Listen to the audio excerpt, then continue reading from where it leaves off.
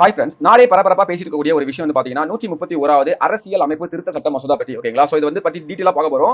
So என்னாச்சு அப்படின்னு பாத்தீங்கன்னா இதுல ரெண்டு விஷயம் பண்ண போறாங்க. ஒன்னு வந்து மக்களவையுடைய எண்ணிக்கையை அதிகரிக்க போறாங்க. ஒன்னு, ரெண்டாவது பெண்களுக்கு 33% இடஒதுக்கீடு வந்து உடனடியாக அமல்படுத்த போறாங்க. ஓகேங்களா? சோ இந்த ரெண்டு இதையும் சேர்த்து ஒரு மசோதாவை மத்திய அரசு முன்மொழிஞ்சிருக்காங்க. இதை பத்தி நம்ம வந்து பார்க்க போறோம். அப்ப முக்கிய நோக்கம் ஒன்னு வந்து மக்களவை விரிவாக்கம். அதாவது 1971 மக்கள் தொகை கணக்கெடுப்பின் அடிப்படையில் உள்ள மக்களவை இடங்களை தற்போதைய மக்கள் தொகை வளர்ச்சிக்கு ஏற்ப அதிகரிக்கிறாங்க. ஒன்னு. ரெண்டாவது, 2023 106வது சட்டத்தின்படி நமக்கு வந்து அடுத்த மக்கள் தொகை கணக்கெடுப்புக்கு அப்போ தான் பெண்களுக்கான இடஒதுக்கீடை 1/3 வந்து இடஒதுக்கீடு பண்ணணும் அப்படின்னு சொல்லிருப்பாங்க. சோ அதை வந்து நீக்கிட்டு உடனடியா பண்றதுக்கான வழிவகை. அப்ப ரெண்டு விஷயங்கள் தான் பண்ண போறாங்க. ஓகேங்களா? சோ அடுத்து வந்து தொகுதி மறுவரை இந்த விஷயங்கள்லாம் விரிவா பார்க்க முன்னால நம்ம கிளாஸோட டீடைல்ஸ் இருக்கு. உங்களுக்கு ஜாயின் பண்ண விருப்பம் வந்து ஜஸ்ட் பாஸ் பண்ணி நம்ம நம்பருக்கு வந்து கான்டாக்ட் பண்ணிக்கோங்க. ஓகேங்களா? சோ தொகுதி மறுவரையறை, அதாவது 1971 உள்ள தரவுகள் தான் நமக்கு இருக்கு அப்படின்னா சோ அதன்படி தான் ஃபாலோ பண்ணிருக்கோம்.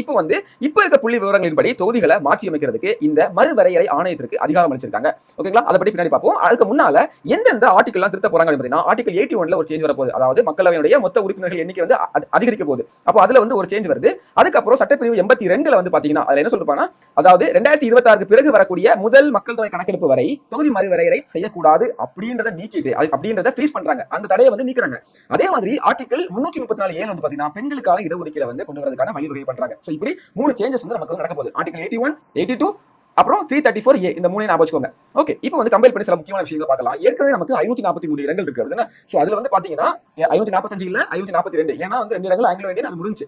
சோ புதிய இடங்கள் பாத்தீங்கன்னா 850 மாறப்போகுது. அதுல 815 மாநிலங்களுக்கும் 35 வந்து பாத்தீங்கன்னா யூனியன் பிரதேசங்களுக்கு கொடுக்க போறாங்க. பெண்களுக்கு வந்து 33% இடஒதுக்கீடு கொடுக்க போறாங்க. அது வந்து சுழற்சி முறையில தான் தொகுதிகள் ஒதுக்கப்படும் அப்படின்னு சொல்லிருக்காங்க. ஓகேங்களா?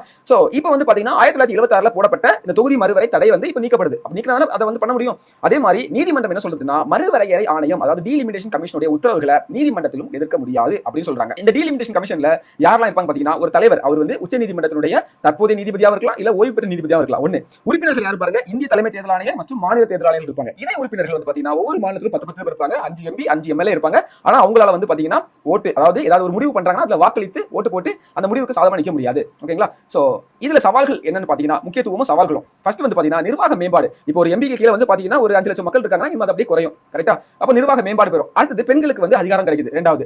அப்புறம் பாத்தீங்கன்னா இதுல ஒரு ரொம்ப ஒரு டிராபேக் என்ன, சவுத் இந்தியன் ஸ்டேட் எல்லாமே பாதிக்கப்படுது. ஓகேங்களா? அதாவது நமக்கு மக்கள் தொகை நம்ம பெருவாரியா கம்மி பண்ணிருக்கோம். அப்ப நமக்கு மக்கள் தொகை கணக்கெடுப்பு பண்ணும்போது நமக்கு ரொம்ப கம்மியா தான் இன்க்ரீஸ் ஆகும். இப்போ நமக்கு 40 தொகுதி இருக்குது, 39 தொகுதி இருக்குது, மிஞ்சி போனா 50 55 ஆகும். ஆனா வட இந்தியாவில் மக்கள் தொகை ரொம்ப அதிகமா இருக்குது. சோ அங்க வந்து பாத்தீங்கன்னா தொகுதிகள் ரொம்ப அதிகமாகும். ஒரு காலத்துல இனி ஒரு கட்டத்துல எப்படி ஆகும்னா பிரதமரா வரப்போறவங்களுக்கும் தமிழ்நாட்டுக்கும், அதாவது சதர்ன் இந்தியன் ஸ்டேட்டுக்கும் சம்பந்தமே இல்லை அப்படின்னு மாதிரி கூட சூழ்நிலை வரலாம். ஓகே, ஏன்னா மெஜாரிட்டி நார்த் ஃபோக்கஸ் பண்ணாலே போதும் அப்படின்ற ஒரு சூழ்நிலை வரலாம். ஓகேங்களா? சோ இந்த மாதிரி கவலைகள் இருக்கு. பார்க்கலாம் என்ன நடக்குன்னு சொல்லிட்டு